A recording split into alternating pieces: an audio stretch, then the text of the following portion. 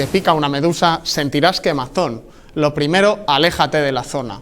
Luego, lava bien con agua, estás en el mar, así que nada. Y en cuanto salgas del agua, aplica calor lo más fuerte y tolerable que puedas. Y recuerda, no uses ni orina ni vinagre.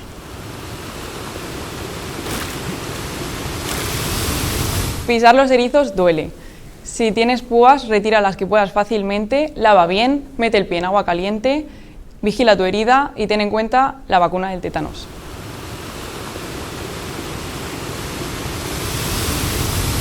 El pez araña vive escondido en la arena.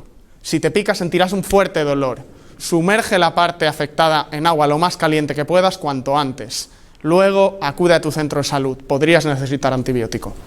Recuerda, el mar es salud si vas con precaución. Si tienes más dudas, puedes consultar en tu centro de salud.